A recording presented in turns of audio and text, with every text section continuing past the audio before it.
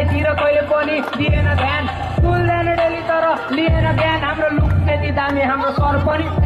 पारी त झोला बोकी स्कुल जान्थे जहिले एसेम्ब्ली सुरु हामी टोइलेट जान्थे जहिले टेप हुन्थ्यो कपाल पिडाइ खान्थे जहिले पढाइको पाल थिएन चिलमा हुन्थे जहिले पढाइ राख्थे सर हामी हाँसी राख्ने जहिले चालु हुन्थ्यो क्लास हामी खाइराख्ने जहिले एकअर्काको बिल्ला आने दिन हाम्रो भिट्यो हामीले हल्ला गर्दा अफिससम्म पुग्थ्यो कुनै पिरियड झ्याउ लाग्दा सबैजना सुत्थ्यो घन्टी लाग्ने बित्तिकै टोइलेटतिर पुग्थ्यो उडाइ पनि खाए तर माया धेरै पाए 10 क्लास पनि हामीलाई काम पनि लाए बस्थे फर्स्ट बेन्चमा तर होइन हामी टपर कुनै पिरियड लेजर हुँदा हल्ला हुन्थ्यो बदर लगेनन् टुर हामीलाई रिसका हाइट फर्स्ट ब्याच हामी रिजल्ट पाइयो अरे नाइट अरू स्कुल होस्टेलमा तिल गर्थे हामी एकअर्काको बिल्ला हानी तिल भर्ने